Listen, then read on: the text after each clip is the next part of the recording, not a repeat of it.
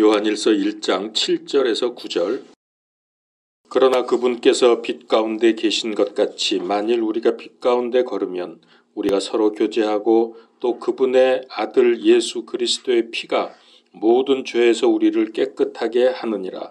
만일 우리에게 죄가 없다고 우리가 말하면 우리가 우리 자신을 속이며 또 진리가 우리 속에 있지 아니하니라.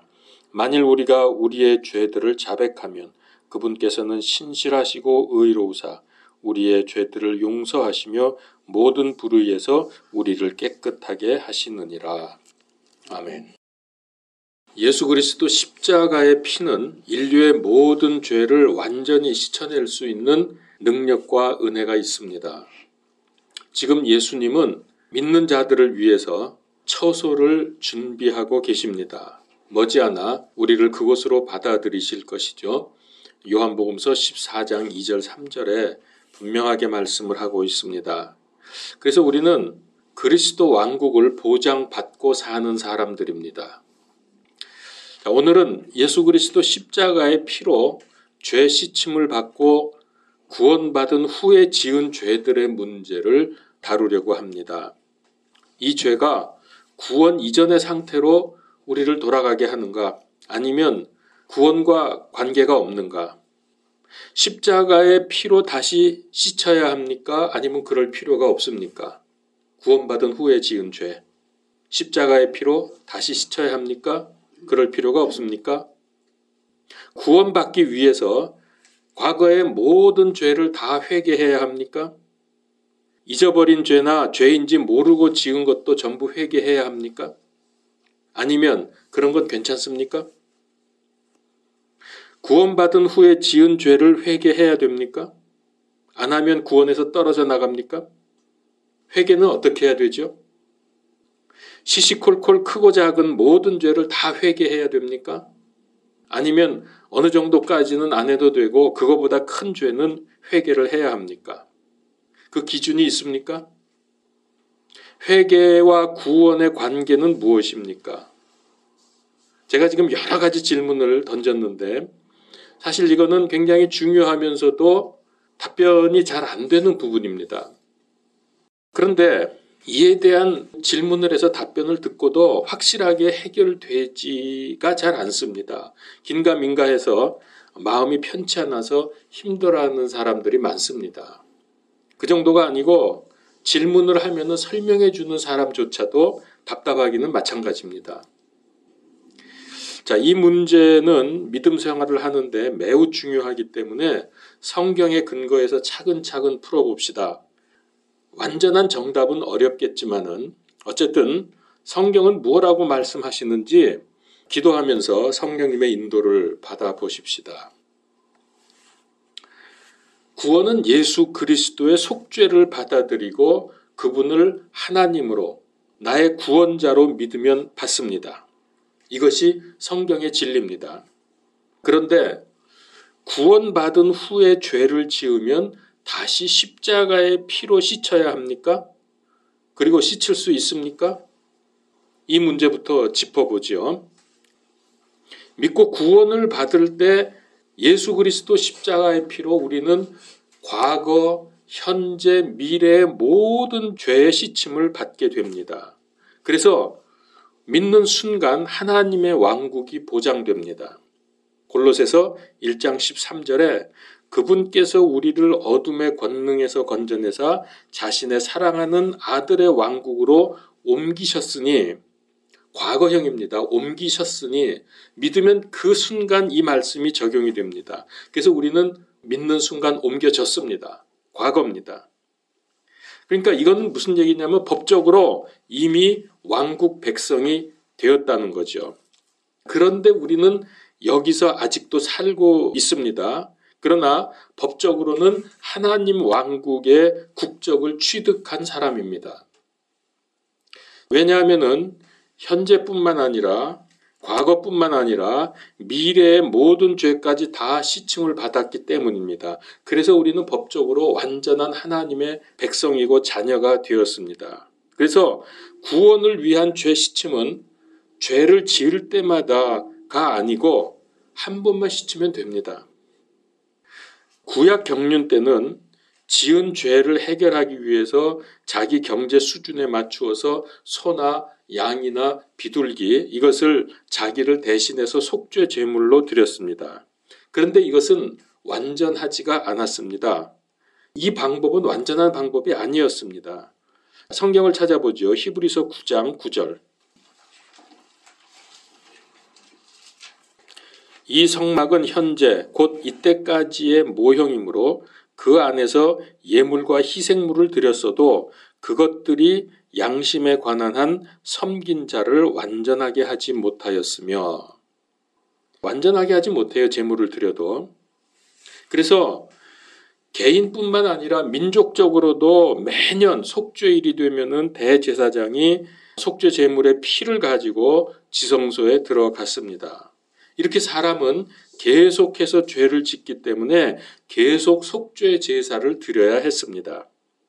그러나 신약 경륜에 들어와서는 제물을 드리지 않고도 완전한 속죄가 가능해졌습니다. 왜냐하면 하나님께서 제정하신 속죄 제물은 동물이 아니라 하나님의 독생자이시기 때문입니다. 12절을 보십시오. 히브리서 9장 12절. 염소와 송아지의 피가 아니라 자기의 피를 힘입어 단 한 번 거룩한 곳에 들어가사 우리를 위하여 영원한 구속을 얻으셨느니라. 단 한 번으로 영원한 구속을 얻으신 거예요. 미래의 모든 문제까지 다 해결됐다는 거예요. 예수님으로 말미암아. 예수님은 우리를 위해서 십자가에서 완전하고 무흠한 속죄 제물로 바쳐졌습니다. 이분을 통한 구원은 완전한 그리고 영원한 속죄가 되었기 때문에 우리가 죄를 졌다고 또다시 속죄 제물을 드릴 필요가 없습니다. 믿는 사람의 모든 죄가 씻음을 받았습니다. 믿고 구원받은 후에 지은 죄 때문에 다시 예수님의 피로 씻어야 한다는 말씀은 성경 어디에서도 찾을 수 없습니다. 너 또 죄 졌지? 예수님의 피로 씻어야 돼. 그런 게 아니에요.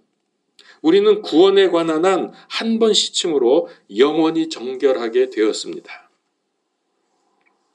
자, 이번에는 이제 그렇게 우리가 분명히 아시고요. 이걸 전제로 하고, 그 다음에 이번에는 죄 짓는 것과 짓지 말아야 하는 것 사이에 갈등을 보겠습니다. 우리의 법적 신분은 하나님의 자녀입니다. 로마서 8장 2절에 이는 그리스도 예수님 안에 있는 생명의 성령님의 법이 죄와 사망의 법에서 나를 해방시켰다고 말씀을 합니다. 죄와 사망의 법에서 해방되었기 때문에 마귀는 우리를 건들지도 못합니다. 감히 우리를 건들지는 못해요. 자, 성경을 보겠습니다. 요한일서 5장 18절. 여러분, 지금까지 가지고 있던 그런 생각에 자꾸 근거하지 마세요. 성경 있는 대로 받으셔야 됩니다. 우리가 잘못 생각하고 신앙생활 하는 것들이 많기 때문에 그래요. 요한일서 5장 18절.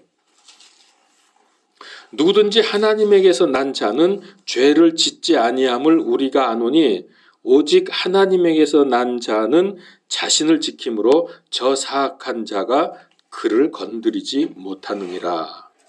이 말씀이 참 우리에게 얼마나 은혜가 되면서도 좀 부담되죠? 하나님에게서 난 자, 여러분도 하나님에게서 난 자죠. 이제 거듭났죠. 그게 거듭난 게 하나님에게서 난 자입니다. 난 자는 죄를 짓지 아니한다 그랬어요. 얼마나 좋아요? 근데 얼마나 부담스러워요, 이게? 이 말씀이. 오직 하나님에게서 난 자는 자신을 지킴으로 저 사악한 자가 누구죠? 마귀. 마귀가 건드리지도 못해요, 우리를. 그런데 얼마나 좋습니까? 그런데도 부담이 되지요. 왜 자꾸 부담이 돼요? 우리는 실제 삶에서 죄를 짓고 있기 때문에 그렇습니다. 그래서 요한일서 2장 1절을 보십시오. 요한일서 2장 1절. 나의 어린 자녀들아, 내가 이것들을 너희에게 쓰는 것은 너희가 죄를 짓지 아니하게 하려 함이라. 만일 누가 죄를 지어도 우리에게 아버지와 함께 계신 변호자가 계시니 곧 의로우신 분 예수 그리스도시라. 자, 여기 보면은 아버지라는 말이 나오죠. 우리에게 아버지와 함께 계신 변호자가 계신다. 이 아버지 하나님. 왜 아버지라고 여기 표현했느냐? 이 말씀의 대상이 구원받은 사람이기 때문에 그렇습니다. 그러니까 우리가 구원을 받았기 때문에 하나님을 아버지라고 부르는 것이 가능한 거죠. 자, 구원받은 사람은 죄를 짓지 않는 게 맞습니다. 당연하죠. 하나님의 자녀고 하나님 백성인데 어떻게 죄를 가지고 있을 수가 있어요? 그러면 하나님의 자녀가 될 수 없죠. 죄가 있다면. 그런데 문제가 있습니다. 죄를 짓지 않는 게 맞지만은 만일 누가 죄를 지어도, 그러니까 구원받은 사람이 죄를 지어도 우리에겐 누가 있다? 변호자가 계신다. 아버지와 함께 계신 변호자가 계시니 그분이 누구라? 곧 의로우신 분 예수 그리스도시라 그랬습니다. 자, 이것도 역시 법적인 용어입니다. 하나님의 자녀는 죄가 있을 수 없습니다. 그렇게 되면 하나님 왕국에 들어갈 수가 없죠. 죄가 있으면. 자, 그러니까 우리는 법적으로 죄가 없습니다. 그런데 죄를 짓고 삽니다. 이럴 때 필요한 분이 우리 죄에 대한 변호자입니다. 변호사가 우리에게 필요한 거예요. 이 죄에 대한 변호사. 그래서 우리가 믿고 구원받을 때 예수님은 우리의 구원자가 되십니다. 구주가 되십니다. 그러나 구원받은 후에 죄를 해결하기 위해서 그분은 변호자가 되십니다. 구원받은 후에는 여전히 우리에게 구원자로서가 아니에요. 변호자로서 예수님이 우리와 함께 하시는 겁니다. 왜냐하면 한번 구원받았기 때문에 또다시 구원받아야 될 이유가 없습니다. 그래서 여기 말씀에 우리에게는 변호자가 계시다. 그래서 이런 결론을 내릴 수가 있습니다. 로마서 5장 8절에 우리가 아직 죄인이었을 때 그리스도께서 우리를 위하여 죽으심으로 하나님께서 우리를 향한 자신의 사랑을 당당히 제시하시느니라. 자, 우리가 구원받기 전 죄인이었을 때 그리스도께서 우리를 위해서 죽으셨습니다. 우리가 죄인이었을 때 죽으셨습니다. 그런데 우리는 구원받은 후에도 죄인이 되면 그때는 다시 구원자로서가 아니라 이제는 변호자로 우리에게 나타나신다는 말씀입니다. 여기서 알 수 있는 것은 구원받은 후에 지은 죄 때문에 구원에서 떨어져 나가서 또다시 십자가의 피가 필요하지 않다는 것입니다. 왜냐하면 예수님은 우리의 어떤 죄도 다 변호할 수 있는 자격과 능력이 있기 때문입니다. 이제는 그분의 변호로 모든 것이 해결이 될 수 있어요. 또다시 구원받아야 되고 또다시 그런 일을 할 필요가 없다는 거죠. 우리가 구원받을 때 십자가의 피로 과거, 현재, 미래의 모든 죄를 씻음받았기 때문입니다. 예수님은 이 사실을 들어서 변호만 하시면 됩니다. 내가 저 사람의 미래의 죄까지 다 해결했으니까 저가 지금 죄를 지었어도 법적으로는 죄가 없고 그리고 변호할 수 있는 능력과 은혜가 있는 거예요. 왜냐하면 우리의 미래의 죄까지 다 담당하셨기 때문에. 우리 죄 때문에 다시 십자가에서 죽으실 필요가 없다는 거죠. 자, 오늘 본문 말씀에 보면은 요한일서 1장 7절 9절. 자, 7절에 보니까 그러나 그분께서 빛 가운데 계신 것 같이 만일 우리가 빛 가운데 거리면 우리가 서로 교제하고, 자, 후반부에 보면 그분의 아들 예수 그리스도의 피가 모든 죄에서 우리를 깨끗하게 하느니라. 여기 모든 죄는 미래의 죄를 포함할까요? 미래의 죄는 포함이 안 될까요? 모든 죄. 당연히 포함돼야 모든 죄죠. 만약에 포함이 안 되면 지금까지의 죄는 다 깨끗게 되었느니라 하실 텐데 모든 죄라고 했습니다. 그래서 우리가 구원받은 후에 죄를 져도 구원에는 이상이 없다는 거죠. 이렇게 지금 선언을 했죠. 그래서 구원받은 후에 죄를 지어도 지옥 가지 않습니다. 뿐만 아니라 구원받을 때에 그리스도의 할례, 성경에 보면 그리스도의 할례라는 말씀이 나오죠. 다시 말하면 영적인 할례인데 영적인 할례로 죄들에 속한 몸을 벗어버리기 때문에 우리가 죄로 인해서 이 몸은 죽습니다. 죄를 짓기 때문에 죽습니다. 그러나 우리의 혼은 몸과 분리되어서 죄와 상관없게 됩니다. 이것이 할례입니다. 이걸 가리켜 그리스도의 할례 혹은 영적인 할례라고 말합니다. 자, 성경 구절 한번 보죠. 골로새서 2장 11절입니다. 여러분, 오늘 이 말씀이 굉장히 중요합니다. 분명하게 이거를 머릿속에 탁 정립을 하고 있어야 돼요. 골로새서 2장 11절. 그분 안에서 그리스도의 할례로 말미암아, 여기 그리스도 할례 나오죠. 그리스도의 할례로 말미암아 육신의 죄들에 속한 몸을 벗어버림으로. 자, 그리스도의 할례를 받으면 육신에 속한 몸, 이 죄의 몸을 벗어버리는 거예요. 그래서 이 할례가 중요한 거예요.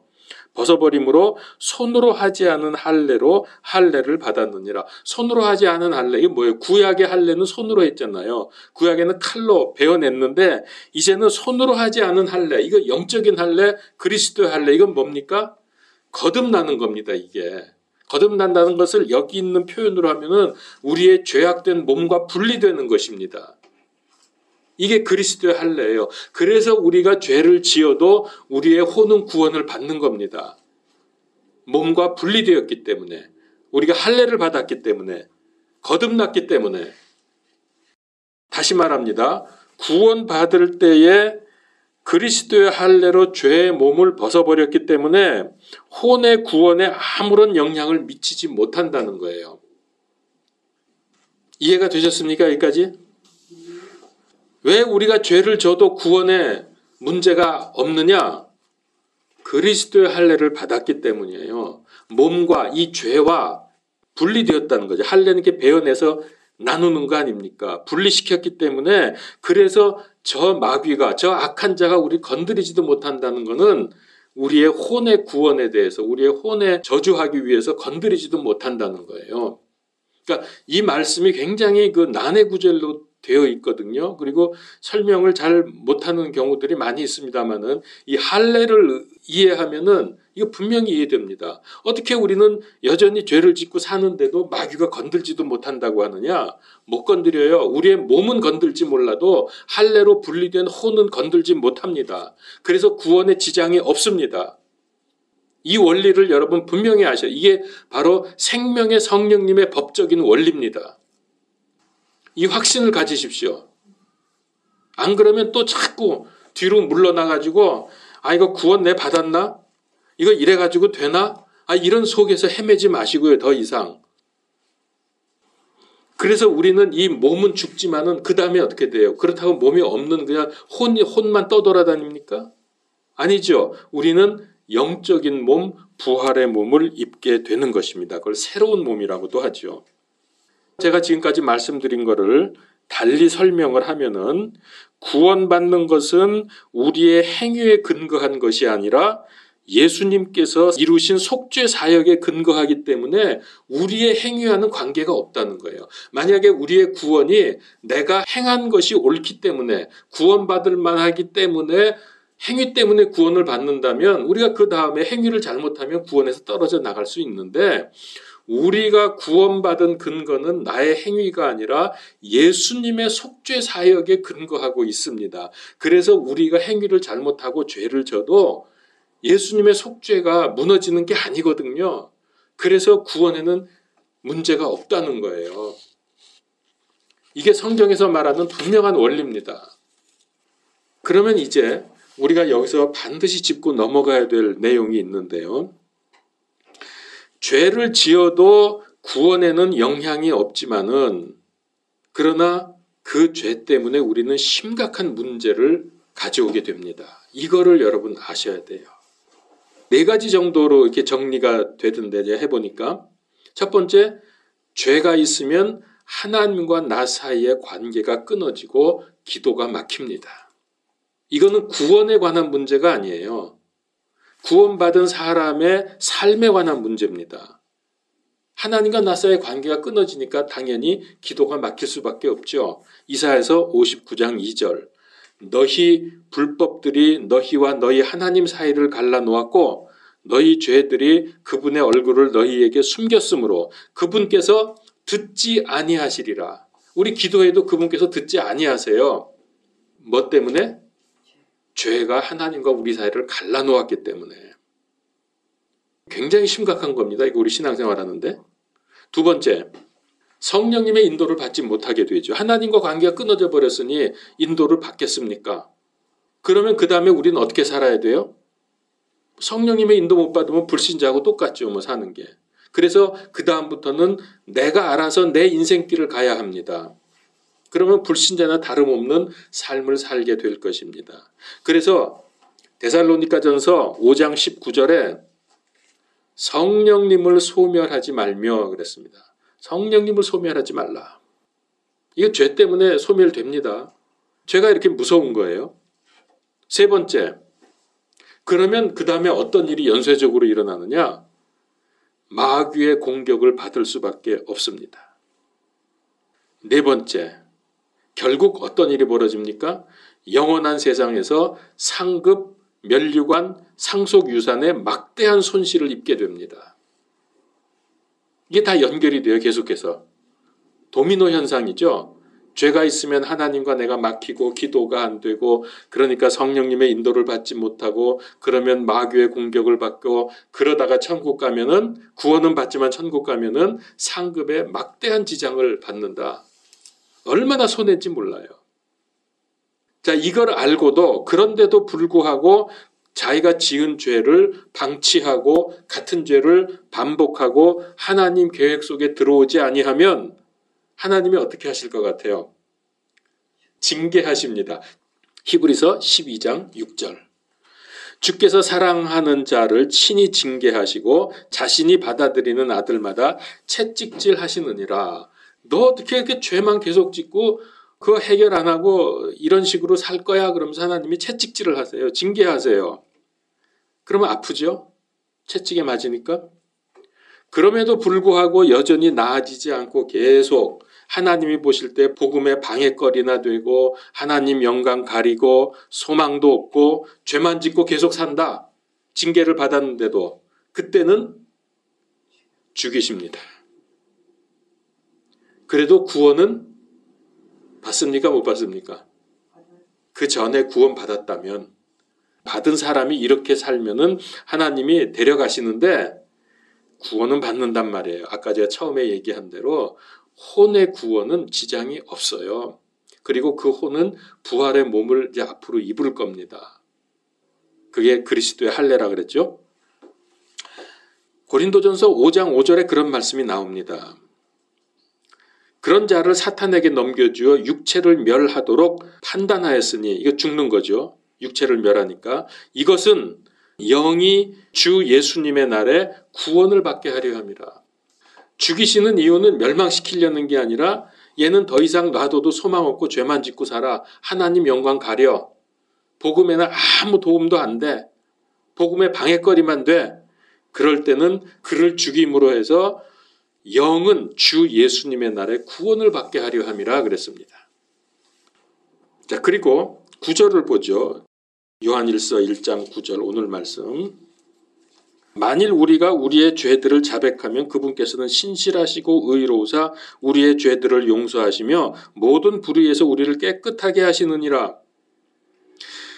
죄를 졌을 때 깨끗하게 하기 위해서 우리가 어떻게 해야 되는가 해야 할 일을 알려주시는 말씀입니다. 자, 다시 한번 9절 보면은 만일 우리가 우리의 죄들을 자백하면 그분께서는 신실하고 의로우사. 그러니까 우리의 죄를 자백하면 어떻게 한다고요? 우리의 죄들을 용서하시며 모든 불의에서 우리를 깨끗하게 하시느니라. 근데 여러분 이 말씀은 자백하면 무조건 깨끗해진다는 말씀이 아닙니다. 전제 조건이 있습니다. 전제 조건은 뭐냐? 그게 7절 후반부. 그분의 아들 예수 그리스도의 피가 모든 죄에서 우리를 깨끗하게 하느니라. 바로 예수 그리스도의 완전하고 영원한 속죄 때문에 내가 자백하면은 깨끗해진다는 것을 믿어야 합니다. 이 믿음이 전제가 되을 때에 우리의 자백이 효과를 가져오는 것이죠. 그러니까 이건 뭐예요? 교회를 다녀도 구원받지 못한 사람들이 있잖아요. 그런 경우에 그런 사람들은 죄에 대한 자백이라는 말조차도 성립되지 않습니다. 구원 못 받았는데 무슨 자백을 해요? 하나님한테. 이 구원받은 사람 얘기입니다. 자, 여기서 짚어야 할 것이 하나 있는데요. 자, 그러면은 구원받은 사람은 더 이상 예수님의 피가 아무 의미가 없느냐? 이제는 구원받았으니까 이제 피는 나에게 소용이 없느냐? 당연히 있습니다. 구원을 위해서 피가 필요한 것이 아니라 구원받은 후에 죄와 여전히 우리의 연약함과 영적 전쟁에서 승리를 위해서 피가 필요합니다. 예수님의 피가 있어야 합니다. 제가 전에 몇 년 전인데 보혈 시리즈로 한 두세 달 정도 아주 자세하게 피에 대해서 제가 말씀드린 적이 있습니다. 그래서 지금 여기서는 그 부분은 생략하고요. 어쨌든 뭐 그 내용 다 기억은 못 하신다 하더라도 피가 얼마나 놀랍고 능력이 있는지, 피가 얼마나 우리에게 귀한지는 여러분들 아마 알고 계실 겁니다. 자, 그러면은 자백의 의미와 자백은 어떻게 하는 건가 하는 것에 대한 대답이 필요하게 되죠. 도대체 자백의 의미는 뭐냐? 그리고 어떻게 하는 거냐? 성경은 죄의 자백을 지은 죄 용서해 달라고 기도하는 것이라고 말씀하지 않습니다. 그러니까 성경을 우리가 많이 읽고 성경을 제대로 알아야 돼요. 이렇게 이제 오해하는 경우들이 많이 있는데 이런 생각이 굳이 틀렸다고 할 수는 없지만은 정확한 자백을 위한 성경적인 이해가 필요하다는 거죠. 자, 어떤 사람은 이렇게 말합니다. 태어나면서부터 지금까지 지은 모든 죄를 싹 들추어내서 회개해야 된다고 주장을 합니다. 그거 다 생각이 안 나는데 어떡합니까? 그러면은 그분 답변이 뭐냐면 그런 마음을 가지고 기도하면 성령님께서 다 생각나게 해 주십니다. 그러므로 그거 전부 회개하면 됩니다. 그렇게 대답을 하죠. 여러분 정말 그렇습니까? 이런 얘기는 들어보셨죠? 그렇게 해서 과거에 지은 죄, 잊어버린 죄 다 기억나게 해달라고 그래서 나 다 회개하겠다고 그렇게 했더니 성령님께서 다 생각나게 해주셨습니까? 지금까지 지은 모든 죄가? 뭐 성령님께서 그렇게 역사하시면 되겠죠. 그건 뭐 못하시겠습니까? 그런데 지금까지 그런 식으로 회개해서 회개에 성공했다는 말을 제가 들어본 적이 없어요, 저는. 그래서 시시콜콜이 다 했다. 난 정말 이제는 과거에 그 모든 것 다 깨끗하게 청산했다라고 홀가분해하는 사람을 난 본 적이 없어요. 여러분들은 보셨는지 어떤지 모르겠습니다만은 저는 그렇게 생각합니다. 성령님께서 죄가 생각나게 해주시죠. 그거는 제가 그걸 부정하는 건 아닙니다. 그러나 지금까지 모든 죄가 전적으로 전부 다가 아니라 극히 일부 꼭 해결해야 될 죄가 있는데 그걸 내가 잊어버리고 지나갔다면 생각나게 해주십니다. 그건 그렇죠. 그러나 모든 것을 다 생각나게 해서 다 회개해야 된다? 그거 아니라고 봐요. 그리고 그런 예를 들어본 적도 없고 또 성경에 그렇게 해야 된다고 말씀하신 부분도 제가 찾아보질 못했어요. 단적으로 말하면 그런 주장은 마귀에게 속은 겁니다. 얼마나 사람의 마음을 피곤하고 괴롭히는지 모릅니다. 이건 난 남은 죄 있는데, 나 생각 안 난 죄 있는데, 이거 어떻게 해? 나 어제 저거 한 거, 뭐 그저께 한 거, 몇 년 전에 한 거, 그거 어떻게 하나? 이거 사람 정말 말려 죽이는 일입니다. 회개해 놓고도 이거 죄가 용서받았나? 그래서 또 하게 되고 또 하게 되고 우리 그런 경험들이 있죠. 저는 많이 그랬습니다. 하고 또 하고 안 됐을까 봐 회개하고 용서 안 됐을까 봐 하고 또 하고 도대체 이게 사람이 이게 신앙생활 하는 게 편안하고 평안하고 즐거운 게 아니라 괴롭고 피곤하고 피가 말라. 그걸 생각만 하면 수십 년 지은 죄 엄청나게 많을 텐데 순간순간 마음속에서 지은 죄들도 얼마나 많이 있습니까? 교만, 거짓말, 또 뭐 있어요? 남 악담한 거, 뒷담화 친 거, 미워한 거, 욕한 거, 욕심낸 거, 수천 수만 가지 그 죄들. 와, 감당할 수가 없죠, 우리가 그거. 차라리 좀 잊어버리고 사는 게 낫습니다. 그거, 자, 더구나 성경의 죄의 기준은 즉 하나님께서 말씀하시는 성경의 기준은 사람이 생각하는 죄의 기준과는 비교가 안 될 만큼 높습니다. 우리는 이 정도는 죄가 아니라고 생각하지만 성경은 그거 전부 죄라 그래요. 성경에서 뭐라 그러냐? 로마서 14장 23절에 보면 무엇이든지 믿음에서 나지 아니하는 것은 죄니라 그랬어요. 믿음에서 나지 아니한 건 모든 게 죄라 그랬어. 여러분 오늘 아침 아침 거르고 오실 수도 있지. 주일 아침에 음식 먹을 때 물론 감사기도 하지만은 야 이거 정말 하나님께서 나에게 오늘 일용할 양식을 주셨다 하는 그 감사와 믿음으로 항상 먹습니까? 빼먹은 적 없습니까? 이게 하나님이 주신 거라는 믿음 없이 먹었으면 그거 죄입니다. 왜? 믿음으로 하지 않은 것 모든 게 죄니까. 또 야고보서 4장 17절 그러므로 선을 행할 줄 알고도 행하지 아니하는 자에게는 그것이 죄가 되느니라. 이거 우리 인간의 기준으로는 이런 거는 죄가 안 되잖아요. 선을 행할 줄 알고도 행하지 않으면 그건 죄예요. 길 가다가 고통당하는 사람 혹은 나에게 구걸하는 사람 안 도와주고 갔다. 이거 죄입니다. 왜? 선을 알지. 근데 안 했잖아. 여러분 이렇게 하나님의 기준은 우리 인간의 기준과 비교가 되지 않을 만큼 높습니다. 이걸 우리가 어떻게 다 충족을 하며 삽니까? 이렇게 따지면 우리는 완전히 죄 덩어리예요. 숨쉬는 모든 순간순간마다 다 죄를 지으면서 삽니다. 모든 죄를 남김없이 내놓아야 한다. 그래야 용서받는다. 이런 생각은 불가능합니다. 그리고 그것은 하나님의 방법이 아닙니다. 이런 경우가 있죠. 자기 잘못을 인정하고 자발적으로 상대방에게 사과하기도 하지만은 자신의 입지와 여론 때문에 사과하기도 합니다. 여론에 밀려가지고 주로 정치가들이 이런 거 많이 하죠. 근데 여러분 이거 사과입니까? 사과라고 할 수 없어요. 그런 거는. 자, 죄를 자백하려면 여러분 죄를 이제 어떻게 자백할 거냐인데 죄를 자백하려면은 우선 첫 번째 죄를 죄로 인정해야 합니다. 이게 무슨 뜻이냐? 그럼 뭐 죄를 죄로 인정하니까 내가 자백하려고 하지. 그거 아니에요. 그런 얘기가 아니라 죄 자백은 하나님께서 내가 한 일을 죄라고 하실 때 나도 하나님 편에서 그것을 죄로 인정하는 것입니다. 그냥 내가 생각할 때 죄라는 게 아니라 하나님께서 죄라고 하면 그건 죄예요. 그걸 인정하란 말이에요. 그래서 아까 그런 기준들, 선을 알고도 행치 않으면 죄다. 믿음으로 하지 않으면 모든 게 죄다. 그게 죄라는 것을 나도 인정해야 된다는 거예요. 그렇게 하면서 자백할 때 용서를 받습니다. 그냥 하나님이 죄라 그러니까는 나는 죄라고 생각 안 하는데 뭐 하나님이 그렇게 말씀하셨어? 그럼 뭐 죄겠지 뭐. 그러면서 하나님 뭐 이러면서 자백을 했다. 그건 아니고 나도 같이 하나님처럼 죄로 그거를 인정하고 내가 정말 죄졌구나. 그러면서 자백을 해야죠.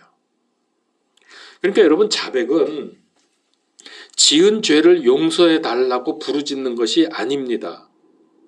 용서의 여부는 나에게 달려있는 게 아니라 심판자이신 하나님께 예수님께 달려있는 거예요. 내가 용서해 달라고 막 떼쓰고 떼굴떼굴 굴러서 용서받는 게 아니고 하나님께서 죄라고 하는 것을 나도 죄라고 인정하는 것 이것이 중요합니다. 반복하지만은 죄냐 아니냐의 기준은 내 생각이 아닙니다. 세상법도 아닙니다. 사람의 윤리와 도덕에 근거하지도 않습니다. 오직 하나님께서 정하신 기준에 근거해야 합니다. 그 기준이 성경 말씀. 신구약 전체에 말씀이 많습니다. 이거 죄다 아니다 하는 건 뭐 특별히 구약에 보면 얼마나 많습니까? 그거 우리가 다 기억하면서 할 수는 없죠. 그래서 우리가 그걸 다 제시할 수는 없겠지만은 가장 기본되고 중요한 기준이라고 말할 수 있는 게 생각되는 구절이 있는데 그게 아까 말씀드린 로마서 14장 23절 번역에는 무엇이든지 믿음에서 나지 아니하는 것은 죄라 그랬는데 이걸 물론 이제 이 말이 맞는데요. 그냥 제가 그 킹제임스 영어 성경으로 사역을, 그러니까 제가 개인적으로 번역을 이렇게 했습니다. 그거 좀 복잡해요. 여기 지금 되어 있는 거는 무엇이든지 믿음에서 나지 아니한 것은 죄니라. 어떻게 저는 번역을 했냐면 믿음으로 하지 않는 모든 것이 죄니라. 이게 좀 더 정확하지 않습니까? 영어로는 For whatsoever is not of faith is sin 이렇게 되어 있거든요. 이 킹제임스가. 이거를 저는 믿음으로 하지 않는 모든 것이 죄니라. 이게 너무 중요하기 때문에 제가 한번 번역을 해봤습니다. 그러니까 용서해 달라고 울고 불고 떼굴떼굴 구르는 게 아니라 하나님이 죄라고 하는 것을 인정을 하면서 자백을 하면, 우리 뭐 그런 거 하잖아요. 그 뭐 차례 기도니 뭐 무슨 뭐 그런 기도할 때 막 그냥 침을 튀겨가면서 눈물 콧물 막 쏟아가면서 그렇게 해야 내 마음이 시원하고 또 하나님이 용서해 주시는 것 같은데, 성경에는 그렇게 콧물 눈물 튀기면서 해야 된다고, 그렇게 해야 용서받는다고 하지 않고 자백하라 그랬어요. 자백하면 깨끗하게 된다 그랬어요. 그래서 죄를 죄로 인정해야 되고, 그 다음에 자백을 하는데, 자백하면 우리가 깨끗하게 그게 가능한 이유가 뭐냐면 예수님 믿고 구원받을 때 우리의 미래의 죄까지 다 해결이 되었기 때문에 여기에 근거해서 우리는 자백하는 거예요. 그러면 깨끗해지는 거예요. 미래의 죄까지 다 해결해 주셨잖아요, 예수님이. 그래서 그거에 근거해서 우리가 자백을 하면 예수님은 우리의 변호자로 나타나신다고요. 그럼 다 깨끗하게 되는 거예요. 그래서 자백을 하면 된다는 거죠. 그래서 구원과 구원 이후에 지은 모든 죄의 용서는 모두 다 예수님의 십자가의 피에 근거하고 있습니다. 그래서 구원받을 때만 피가 필요한 게 아니라 지금도 여전히 앞으로도 계속 피가 필요해요. 그래야 우리가 깨끗해지는 거예요. 자, 정리를 하죠. 구원은 그리스도 십자가 피에 근거한 믿음으로 받습니다. 믿음으로 구원받고, 그 이후에 죄의 용서는 그리스도 십자가 피에 근거한 자백으로 받습니다.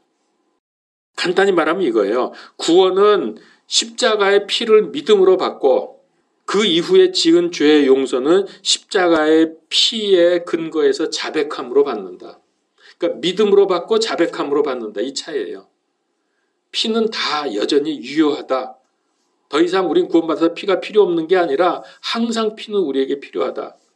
구원받으려면 믿어야 되고 죄 용서받으려면 자백하라. 이 피에 근거해서 하라는 거예요.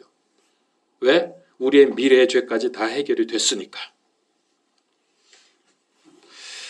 자, 오늘은 사실 굉장히 중요한, 아주 기본적이지만 너무너무 중요한 죄에 관한 교리의 말씀입니다. 여기에 대해서 너무나 많은 의문과 속 시원하지 않은 상태에서 신앙생활하는 경우들이 많이 있는데, 뭐 그렇다 제가 오늘 이거 말씀드렸다고 해서 이걸로 다 해결되지는 않는 걸 압니다. 그죠? 해보려고. 그러나 제 생각이나 지금까지 알고 있던 것, 들었던 거를 근거하지 않고 그건 전부 제가 다 내려놓고 싹 비껴놓고 성경에 근거해서 말씀을 드린 겁니다. 저도 이건 내가 지금까지 생각한 거와 다르네. 성경에는 다르게 돼 있네. 혹시 내가 놓친 성경 구절이 있나, 이런 것들을 많이 생각하면서 준비를 했습니다. 그래서 저로서는 하느라고 했지만은 그렇다고 속이 다 시원해지고 죄 문제 깨끗하게 이제 내가 다 알았다, 해결했다라고 할 수는 없겠지만은 그래도 좀 되지 않았어요? 저로서는 감사하게도 이 말씀 준비하면서 성경의 원리를 조금 더 깨닫게 되었습니다. 자, 그런데 성경에는 이 자백하고 비슷한 단어가 또 하나 있죠. 회개라는 단어도 나옵니다. 자, 그러면은 이 둘은, 자백하고 회개는 어떤 관계가 있으며 차이점은 뭐냐? 이게 이제 오늘 말씀하고 연결을 해서 알아야 됩니다. 다음 주에는 그러니까 자백과 회개의 문제를 좀 다루도록 그렇게 하겠습니다. 기도하겠습니다. 하나님, 죄 문제는 죽을 때까지 우리를 따라다니고 또 어떻게 해야 하며 어떻게 하는 것이 올바른 것인지 잘 안 되고 답답하고 마음에 늘 부담이 있습니다. 정확하게 우리에게 알려주시기를 간구합니다. 그리고 그 말씀대로 하기를 원합니다. 혹시 죄의 문제 제가 잘못 말씀드린 것이 있다면 주님 우리 기억에서 지워주시고 죄의 문제를 바르게 해결할 수 있는 우리 성도님들 다 되게 하여 주시옵소서. 예수 그리스도 이름으로 기도하옵나이다. 아멘.